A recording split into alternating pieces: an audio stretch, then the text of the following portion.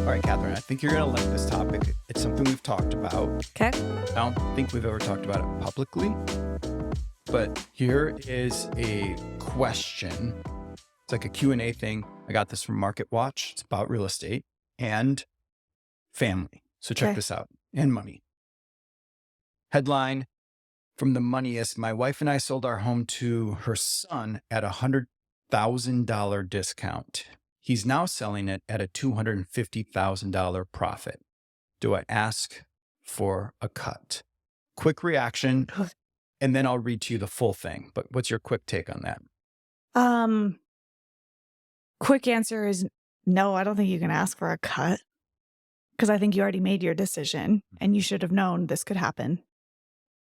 You shouldn't have made that decision though. All right, so we'll get into why you shouldn't have made that decision a little bit later. Here's the full question. Dear Quentin, my wife and I married later in life at 48. It was the second marriage for both of us. We're both successful and doing well financially. Our combined net worth is about $3 million. When we got together, I sold my house and we refinanced her home with me buying half of her house. Her house was way too big for the two of us, so after years, we sold it and downsized. The kicker is we sold it to her son. I have no children at a substantial $100,000 discount based on what our neighbor's smaller, less up-to-date house sold for right after we sold ours. The house is a lot for a young couple. Since my stepson and his wife had a baby, his wife had not been working much and they have fallen behind on bills. My wife has given them $15,000 in loans with no expectation of repayment, but looks like they may have to sell the house. It has certainly appreciated in value over the last 2.5 years on top of the steep discount he received, so I feel like we are entitled to some of the profit from the sale, perhaps $75,000, recognizing the $100,000 discount he received plus some loan repayment. My wife is a very experienced, successful realtor. She knows that what the house is worth. I expect they will net about $250,000 from the sale. Am I being unreasonable or is this fair? Signed, the stepfather. All right, what's your take? I have so many takes. Yeah, I knew you would. It's a fairly common thing. I think what complicates this situation a lot is that it's a stepfather. Mm-hmm. So I think if it was this son's parents, biological parents, still married doing this, that would be one thing. But I think it being a stepfather is a whole other thing. I'm curious how long they've been married. I guess they've been married, I think he said since they were 48. I don't know how old they are now. Doesn't really Sounds say, like it hasn't been that long. Sounded like it was just a couple of years before they decided that it was time to sell her house. So after a few years, we downsized. Okay. So overall, no, I think he has every right to feel this way, like this was a little unfair, but I don't think he has the right to actually do or say anything. He could maybe like bring it up to his wife kind of casually with very low expectations. I don't think he can expect one penny from that sale, especially if the son and his family are behind on bills. The mom's going to be like, they need it. Mm-hmm. Let's stay out of it. Especially if she's an experienced, successful realtor. They're, sounds like, doing okay even without what he feels like they're entitled to. Next, I'd be curious about like what the conversation was like when the mom and the son started talking about the son buying the house at a discount. I wonder, I guess when people do this, they need to realize a $100,000 discount on the purchase price is the same exact thing as walking up to your son and giving him a check or like a suitcase full of cash for $100,000. It's the same thing. So I think a lot of times sellers, whether they're selling to a family member or a friend or just like. The difference though is, and the reason why I wanted to cover this topic, we've seen this happen often in our career. And not just family, like a friend's discount, or you're a neighbor and so you grew up next door and so I'm going to give you a discount on my house type of deal. It's giving the 100,000 and then feeling like you get to say what they get to do with the 100,000. Like, you should not be surprised that someone gets into your house, friend, family, stranger, because this is kind of like flipping a house. A wholesaler goes in wanting a steep discount. And then their thing is, I want to make a profit on it. So I'm going to turn around and put this up for sale. So even if you don't know the person, it's a wholesaler, and you drive by your house later and or you see online that you sold it to a flipper, a wholesaler for 250, and now they're selling it for 400. You made the deal. Too late. It's too late. And so it just comes back to what was your expectation? Did you think that they were going to grow old and die there? But they're looking at like, oh, we got $100,000 discount. Price went up. We can cash out. Let's cash out. And maybe they plan to stay there longer term, but they got into a bad situation where they feel like they need to sell. Mm-hmm. But I think you better be okay with that as the seller / stepfather. You better be okay with whatever they do. You better be at peace with, like, realize how much money you're leaving on the table, first of all. And then just like, once you sign and once you formally agree to that, you need to be at peace with it.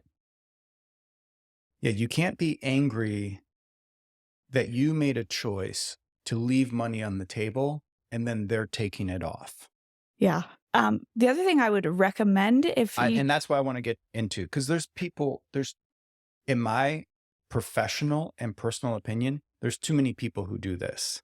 Because here's what I think happens is these people decide they want to sell their house for whatever reason. They actually want to move. They just want the money. They have a different house. Their needs have changed. So they want to sell, just like any seller. And they happen to know the buyer. Mm-hmm. They know someone who is interested in the house. And they do just some rough calculations, like they look it up on Zillow or whatever. And they're like, okay, it's worth 500. So I'll sell it to this person for 400 because I'm going to save money on commission because we're not going to involve any realtors. And we're going to save some time. It's a little harder to put a price on that. We're going to save, like, we're not going to paint, or we're not going to do new carpets. We'll save a little bit of money. So my recommendation would just be really clear on how much you're actually saving. Because you'll never know though. You'll never know, because maybe if you would have put it on the market for 500 after doing the work, it would have sold for 550. What if they think they left 100,000? What if they left 550? And the only thing that you might be saving is a little bit of time and possibly that commission. You're still going to be paying all the taxes and the transference. Yeah. Everything involved in it. You're probably saving, like in that situation, you are saving the commission, which is probably around, quick math, $25,000. Mm-hmm. And that feels good. Everyone loves to save $25,000, but not if you're leaving 100 plus on the table. So in that situation, you're giving the buyer a check for $75,000. Mm-hmm. You might as well sell it on the market, get top dollar, get as much as you possibly can. And then with your proceeds, write a check for $75,000 and give it to that person and say, good luck. Like it's that crazy. Yeah. So I guess that's the thing. Would you do that with cash in hand? And if you would, who am I to call you crazy? It's your life. It's your money. It's your decision. But just know what you're doing. That would be my advice. But that might be a better alternative. So I'll try to remember my next thought, but you made me think about that might be a better alternative. Sell it, take the cash in hand, use that to help them with a down payment. Would you give someone, would you just gift it $50,000, $75,000, $100,000? Is this person mean enough to you to just gift them that money? And maybe then that's a down payment on a house that's better for them at that stage, instead of just walking into the house because you want to save time, or like, well, buy our house because we're thinking about putting it up for sale. My guess is most people would not feel comfortable giving that kind of money, seeing it in their hand and then gifting it over. I think the difference here is they said they have a $3 million net worth. That's not too shabby. What I've observed is most people are not actually in a financial position to gift over $100,000 to someone, and they still do it. And I think, similar to what I said a minute ago, it's one thing if it's your family, but I think people do this with people they hardly know just because they drastically overestimate how much time and money they're saving. Mhm. And maybe they are saving some time, but like, What's it it's worth to you? it's a Is that a save year's salary? it's a save 25 or 30,000 to leave 100 on the table type of situation oftentimes. So you're leaving like a total of like 60 or 70,000 on the table, and a lot of people, that's like a lot of people's salary. It's a Mhm. crazy amount of money to leave on the table. All right, so And if it's your kid or if it's your parent or if it's someone it's hard to imagine like any other relationship where you would comfortably knowingly do that. we've seen some But people people do do it. it. We've seen People people do it or they're tempted to do it. Mhm. And then if you do it, just you've Never go on Zillow and look at what the price of that home is again as it goes up, or look to see what they do with it. You should almost cut the person out of your life because you don't want to know what their decisions they're making financially now. and also you better not be complaining about Your like own. like gas prices a Yeah. year later cuz okay, you're spending an extra $20 a month on gas cuz the darn gas prices went up. Well, if you would have taken that $60,000-$70,000 and ran with it, it wouldn't be so painful. Closing thoughts on this topic. Just know what you're doing. Do the math. Consult a realtor at least. You might be overestimating the cost and the time involved in order to sell your home. And my closing thought on it would be, once you gift it, it's a gift. It's no longer an investment. You don't get to decide what they do with it.